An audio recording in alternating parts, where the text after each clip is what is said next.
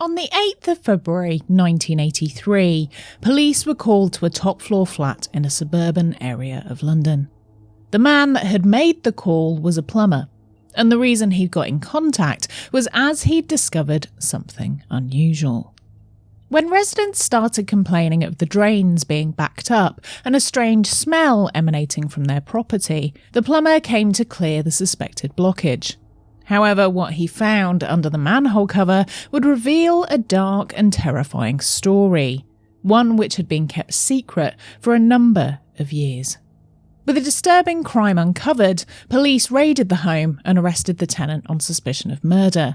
But what he would go on to reveal would haunt them, highlighting their own incompetencies right before their very eyes.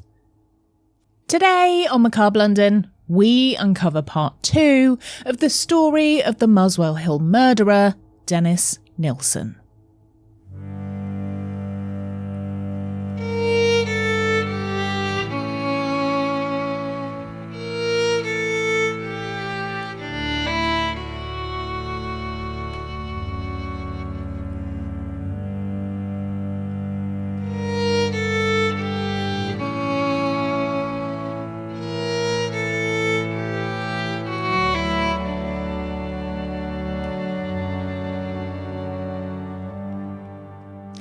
Everyone, and welcome back to another episode of Macabre London. I'm Nikki Druce, your host of the Silent G, and today I'll be taking you on a journey down another of London's grimy backstreets to uncover a macabre tale from the city's past. In today's episode, we're going to be exploring part 2 of the horrifying case of one of England's worst ever serial killers, Dennis Nilsen. So I hope you're prepared with a strong stomach to investigate one of the most shocking cases in British history.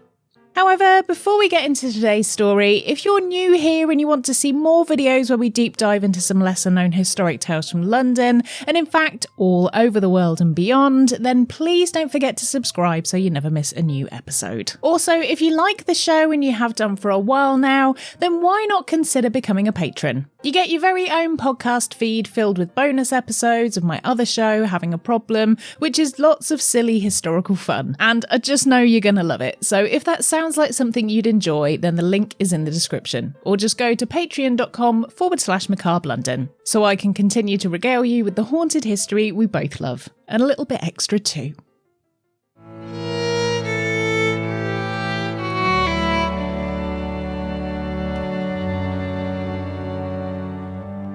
In part 1, we traced the grim discovery of Dennis Nilsen's crimes and explored how police unearthed evidence linking him to several brutal murders. So if you've yet to watch that one, then make sure you do, as otherwise you'll be missing out on vital info.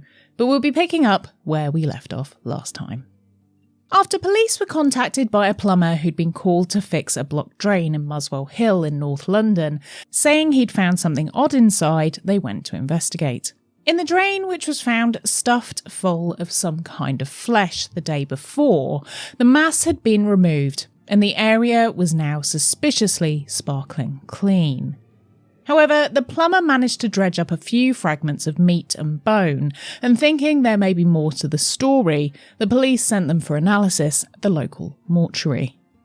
Within a few short hours, the pathologist had confirmed everyone's worst nightmares, when he ruled that these were, as everyone had suspected, indeed human remains, and the authorities were updated.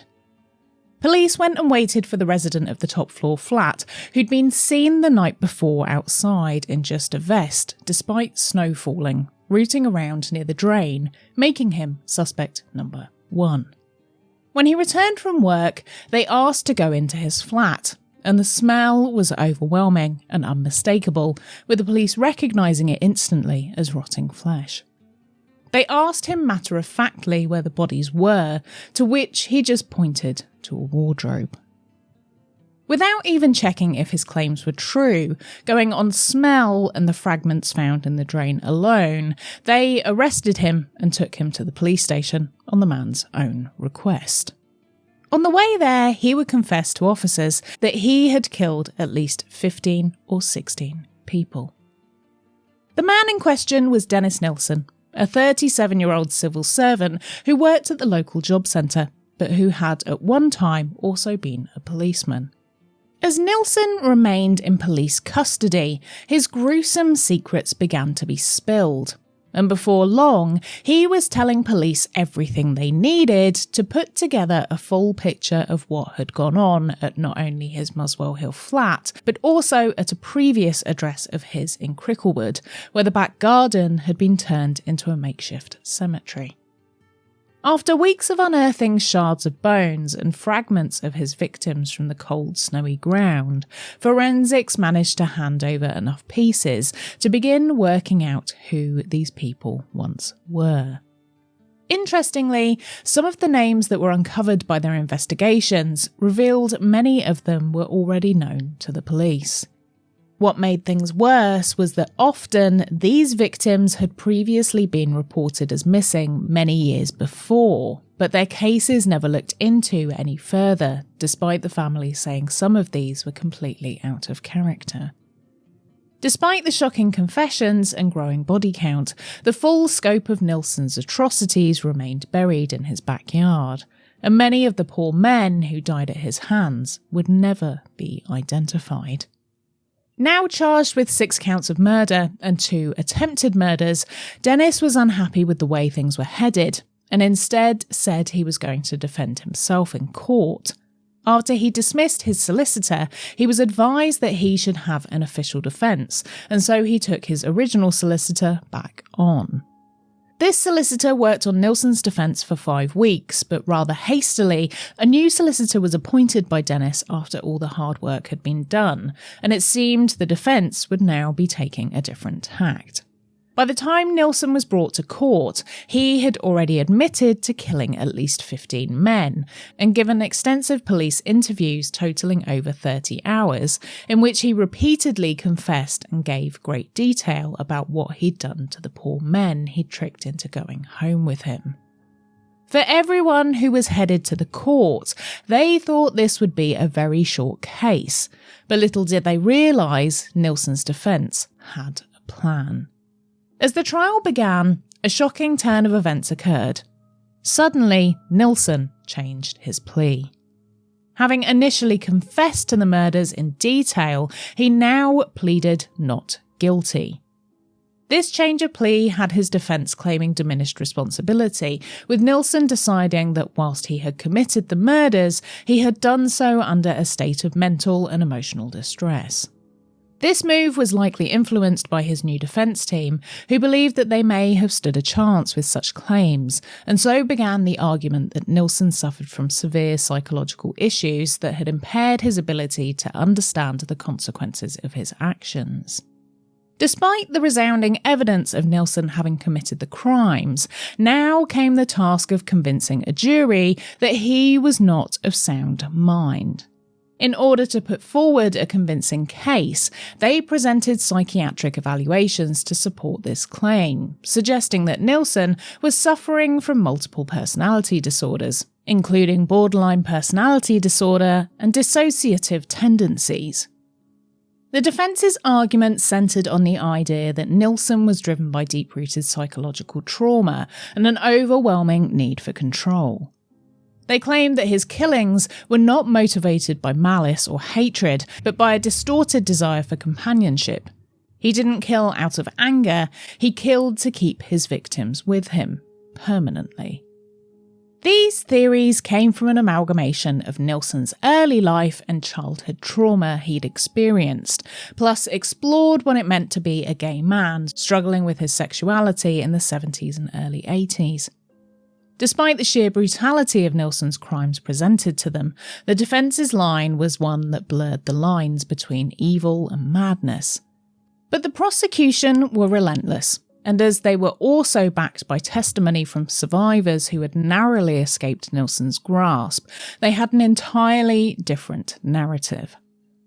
The prosecution were determined to show Nilsen's true colours, and they wasted no time in explaining matter-of-factly how he was a cold and calculated killer who preyed on vulnerable men and disposed of their bodies with no regard for them.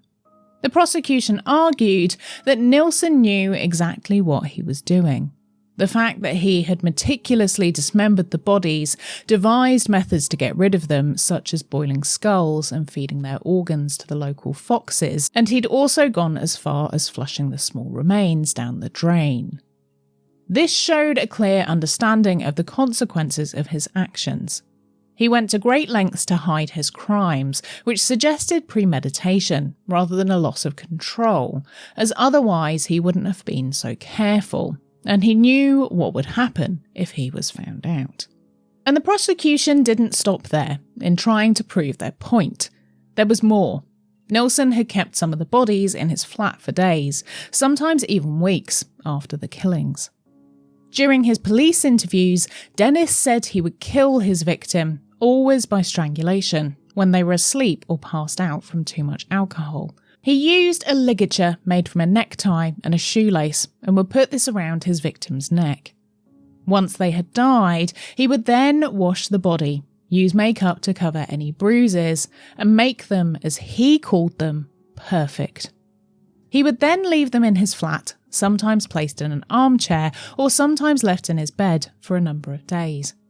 He would then engage in adult acts beside the bodies, saying he found them more beautiful in death. Eventually, when these poor victims had started to begin decomposing, he would lift up the floorboards of his place in Melrose Avenue and store them below, occasionally exhuming them for more time with them before placing them back under the floorboards once more. Eventually, when they had gone too far into decomposition, he would then cut up their frames and burn them or bury them in his garden. But Nilsen said this was hard for him to do as he found it quite repulsive. But all this just went in favour of the prosecution, who were able to show this was someone who was fully aware of their actions. Luckily, 3 of Nilsen's victims had managed to escape, and they were able to confirm that they too had been subjected to the methods Nilsen said he had used to kill the rest of the men found at his addresses. These eyewitness accounts allowed the jury to hear firsthand exactly the type of man Nilsen was, how he approached and picked up his victims, and even worse, the process he undertook during the murders. These first-hand testimonies helped to cement everything the jury had already heard, and they made for a difficult listen. Douglas Stewart was the first of these victims to testify on the stand. He said he had gone home with Dennis and fallen asleep in an armchair in his flat. Douglas had been drinking and had not woken up during the time that Nilsen had tied him to the chair, but he'd only managed to secure his feet when his victim woke up. Dennis was trying to strangle him with his tie ligature and had put his knee on Douglas's chest. However, Douglas fought for his life and managed to get Dennis to stop.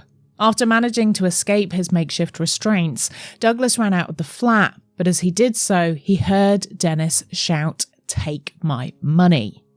The rational thought behind such a statement once again showed that Dennis knew the implication his actions could have, and that he was trying to get himself off the hook by shouting this in the hopes his neighbours would hear, and that if Douglas went to the police, he could say this was a robbery. Shockingly, police confirmed that at the time, this escape was reported to them, but they didn't do anything about it, as they deemed it was just a lover's tiff. Police even went to Nilsen's flat, which must have been quite odorous at this point, as he had at least a handful of bodies under his floorboards, or even if they weren't there at that exact moment, the stink would have been ingrained in the fabrics of the flat. The police just dismissed it all as this was something they didn't want to get involved in, and in my opinion, this was because of homophobia. But the defence against Nilsen would try and equally discount the attack and said Douglas was too drunk to remember it properly. They also said as Douglas had sold his story to the press, he'd inflated the truth so as to make it a more profitable tale, but this was only the first of the live testimonies which the court would go on to hear. On day 2 of the trial, 2 other testimonies were given in court. The first was from Paul Nobbs, and his story was different in that Nilsen had willingly let his victim leave his flat. After Paul had gone back to Nilsen's on the promise of alcohol and sex, he seemingly passed out, but awoke in the middle of the night with a splitting headache.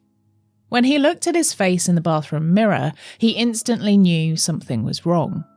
He washed his face and Nilsen saw him emerge from the bathroom and upon seeing him said, "God, you look bloody awful." Strangely, instead of going through with his usual modus operandi, Nilsen instead sent Paul away and told him to seek the help of a doctor. 19-year-old Paul knew that what had happened at the flat was not right, but there was a huge problem in him seeking help, as this would out him as a gay man, something which was illegal for men under the age of 21, and he would essentially be shopping himself to the police if he reported anything, so he decided to stay quiet. Unlike Dennis's other victims, Paul was a student and would have likely been spotted as missing quite quickly, so perhaps he decided to stop his attack partway through after thinking things through. Either way, Paul not reporting the crime in fear of his own arrest meant Nilsen got away with it, and the justice system failed once more. However, the bravery of Paul now coming forward to testify in front of Nilsen in court meant he'd shown the jury that the man who stood in the dock was a calculated individual who was capable of controlling his impulses when he needed to, again showing he was able to think clearly and rationally when it came to the lives of his victims and the consequences of his crimes. The final person to share their story of their encounter with Nilsen was Carl Stotter. Carl was a 21-year-old drag artist who was picked up by Dennis at the Black Cap pub in Camden in North London. When Dennis asked him to go back to his for a nightcap, he agreed.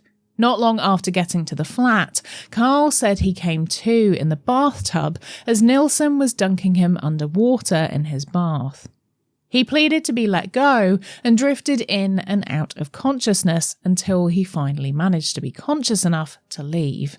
What eventually woke Carl was Dennis's dog, Bleep, who kept coming to lick his face, and he managed to snap out of it and then had to try and escape. Carl told the court how Dennis had said he got caught in the zipper of a sleeping bag he was in and tried to free him as he was slipping in and out of consciousness. But Carl knew this was not what was happening, but played along so as to not upset Nilsen, which ultimately allowed him to flee to safety. Unfortunately for Carl, he'd not been tracked down in time for him to give evidence which would be added to Nilsen's list of crimes. But his testimony was vital in showing that this was a pattern of behaviour which demonstrated the true horror behind Nilsen's calmness during his murders. And this cat and mouse mentality was part of the fun for him. As the trial progressed, it was slowly becoming clear to everyone that the man who was accused of these murders was a pathetic creature. Even his own confessions seemed to have been drawn out and prolonged to police officers in the hopes they'd just spend some time with him. The desperation and loneliness emanated amongst every piece of evidence, but if the defence had any hope that the jury would be sympathetic to this boring, lonely civil servant, they would need to work very hard. The gruesome behaviour that Nilsen had demonstrated within his home was vital to the prosecution's case. To prove their case, they brought in items to show to the jury, such as the chopping board he'd used to dissect his victims, the huge cooking pot he'd used to boil their heads, and the ligature necktie he'd used to kill almost every single one. This depraved and narcissistic behaviour showed that Nilsen derived some form of satisfaction or fulfilment from having the bodies in his home, and he knew exactly what he was doing by carrying out these actions. And what with the 3 witnesses' testimonies having been heard, it also began to highlight something else: police incompetence. As the days passed and the jury was subjected to relentless, harrowing information, it came time for Dennis's own confessions to be read in court by a police officer, the majority of which was so violent and detailed that many of the jury struggled to remain composed. In a last-ditch attempt to prove that Nilsen was mentally not fit and should be sent to a mental health hospital instead of prison, the defence called upon 2 different psychiatrists. However, both condemned his actions, and the cross-examination allowed the prosecution to extract that this was a man who was a narcissist, had a potential personality disorder, but that he was perfectly capable of understanding what he'd done, even if he didn't fully appreciate that his victims were real people with friends, family, and lives outside of his own personal view of them. So this completely backfired, or it may just have been a clever way by the defence to get the conviction everyone in their right mind knew was the correct outcome. The jury were given the go-ahead to retire for their verdict, and the following day, the court were gathered to hear their decision. They delivered that Dennis Nilsen was guilty on 6 counts of murder and 2 counts of attempted murder, all the charges that had been given.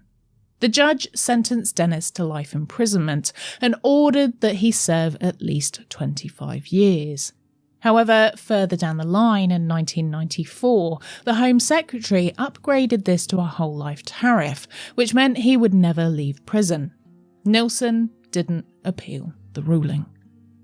With Dennis now safely behind bars and the dust settling, the true horrors of what had happened at Melrose and Cranley were only just starting to be realised.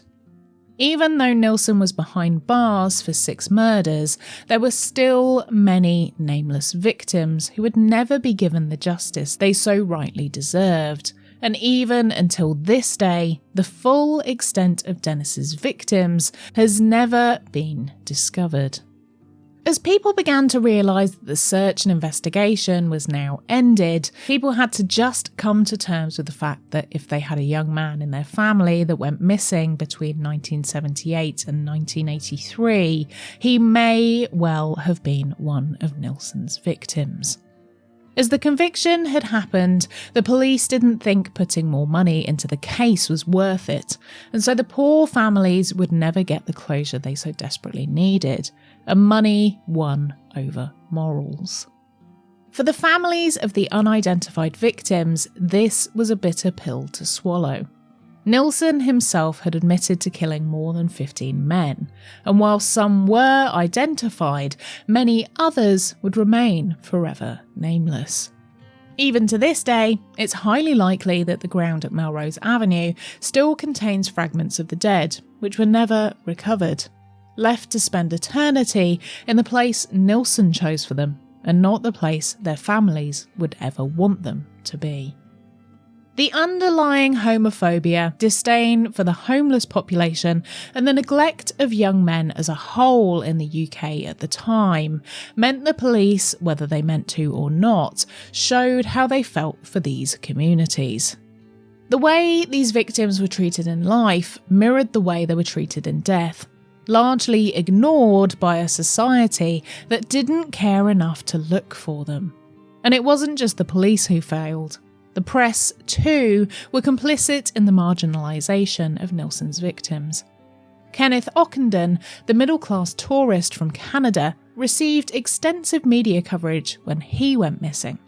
But the stories of the other victims, those from lower-class backgrounds or those involved in sex work, barely made the news, if at all. This disparity in media attention reflected an overall deeper societal issue, one which would cut to the core in that the press was more willing to report on the disappearance of a middle-class man than a homeless one, and Nilsen used this bias to his advantage. He knew that if he preyed on men who were less likely to be missed, then he would be able to get away with his crimes, and he wasn't wrong. For over 5 years, police refused to investigate these crimes, despite numerous reports made, and despite this being patently obvious, there has never been an apology issued by them. Had they done their due diligence and joined the dots together, they would have seen the patterns emerging, the repetitive disappearances, and even the in-person victim statements, which were right under their noses all along. This potentially could have saved so many lives, and it's a failure of the entire system that this was never recognised, and a damning look at the disdain the police had for gay men at the time. But even as Nilsen sat in his cell, the full scale of his crimes remained unclear. Over the years, he offered up names in interviews, some of them accurate, others possibly fabricated. But entertaining this lonely psychopath only gave him the attention he so desperately craved. Nilsen was notorious for playing mind games, both with the police and the media. He would offer tantalising hints about his victims, only to later contradict himself or provide false information, making sure he would routinely and periodically appear in the papers.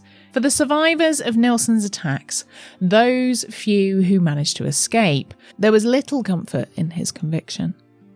Carl Sotter's testimony, along with that of other survivors, meant they had to publicly out themselves as gay, and this had a knock-on effect on their lives, along with the ongoing trauma of having survived one of the most prolific serial killers in the whole of the country.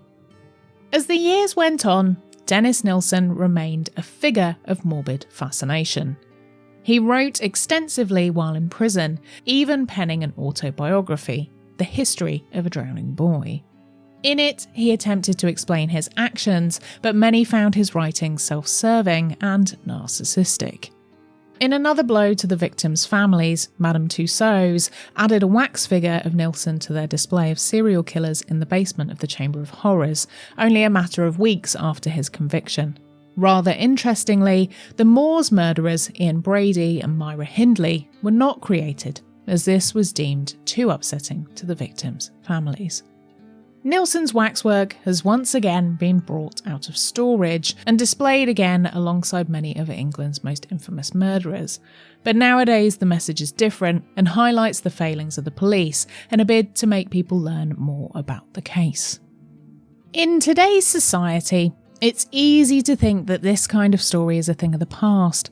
But even in recent years, murders, assaults and attacks are still sweeping through the LGBTQ+ community and are once more on the rise. The hope that we've moved on as a society and are able to accept people for who they are still seems sadly a long way off.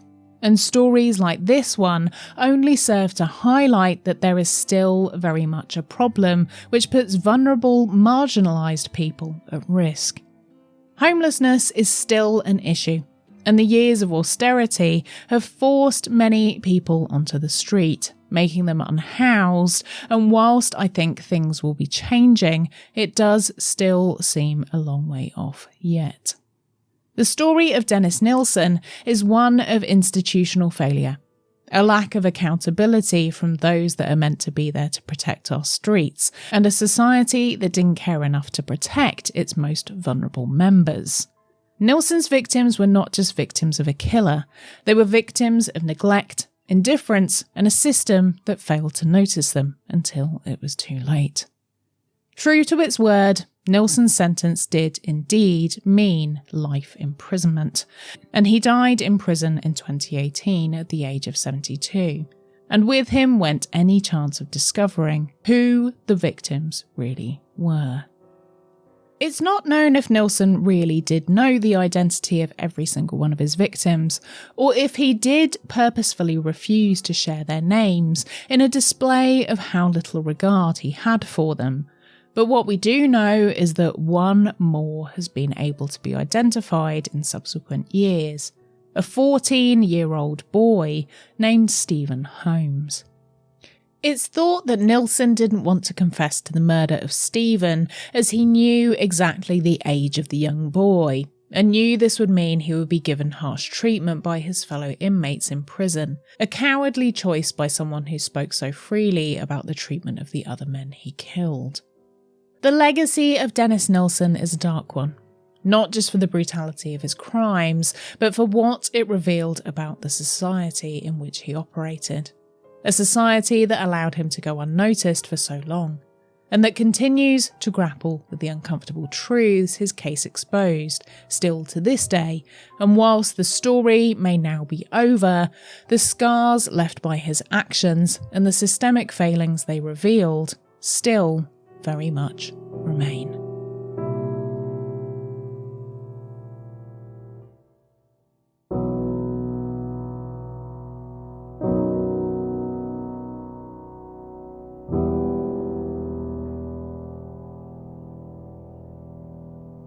Thanks for joining me for this episode. As always, I'd love to know your thoughts on this one, and I know it's a tough one, so I have included the links to some helpful resources in the description should you require them. I know you're going to have lots of thoughts about the case, so do please pop them in the YouTube comments or on my social media. Find me at Nikki Macabre London on Instagram and at Macabre London on Twitter and TikTok. As you can probably tell, episodes like this are incredibly tricky to research and write, but this time I did find a very good set of documentaries and a few books on the case. So if you'd like to take a look yourself, then do check out my sources for more info. However, that's not to say that the amount of time and effort that goes into getting these episodes right can sometimes be incredibly arduous, with lots of late nights and early mornings spent pouring into research.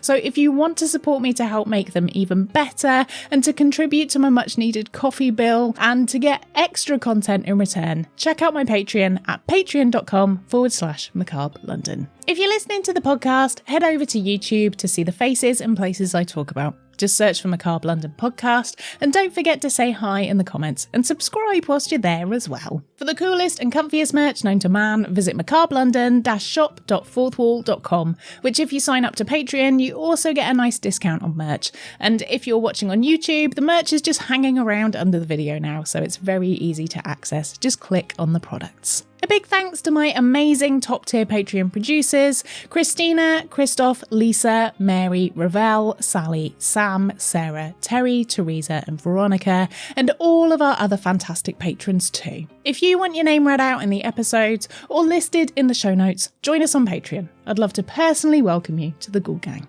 Thanks for joining me for another macabre tale from London's past. I've been Nikki Druce. Remember to stay spooky, and I'll see you ghouls next time.